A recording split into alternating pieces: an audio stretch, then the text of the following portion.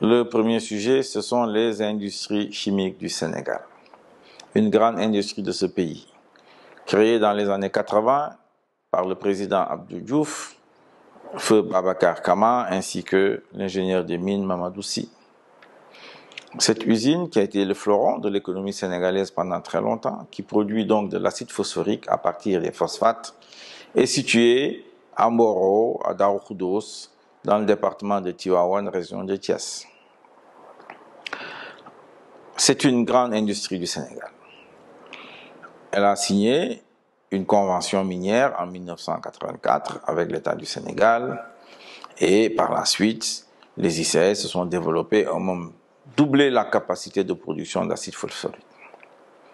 Mais alors, au début des années 2000, la gestion a plongé. La gouvernance a créé des problèmes financiers extrêmement importants et à un moment donné, les ICS étaient au bord de la faillite. Et c'est là, curieusement, que des Indiens qui étaient ultra minoritaires dans l'actionnariat, sont devenus majoritaires pour contrôler la société. Et cela a encore continué sous Macky Sall, où d'autres Indiens également, ou d'Indorama, on les appelle, ont pris possession de cette société. La convention minière, donc, va se terminer au mois de septembre 2024.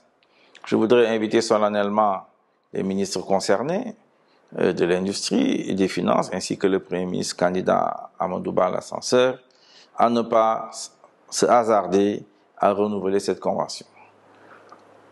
C'est une affaire qui concerne le peuple sénégalais. Les phosphates appartiennent au peuple selon l'article 25 de la Constitution de la République.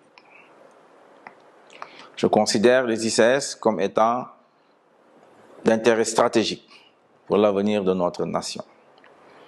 On le sait, l'élément phosphore est extrêmement important pour le vivant.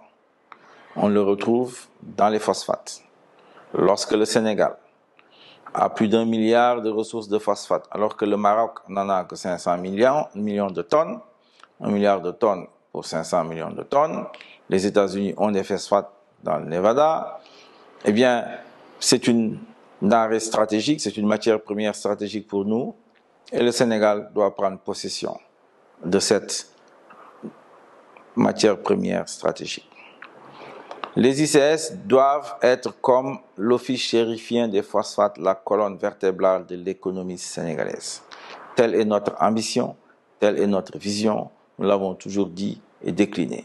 C'est la raison pour laquelle, moi, président, je ferai le nécessaire pour que les ICS reviennent et deviennent le fleuron et la colonne vertébrale de l'économie sénégalaise. J'invite donc les autorités aujourd'hui sur place à ne pas se hasarder à renouveler cette convention minière avec les ICS. Je vous remercie.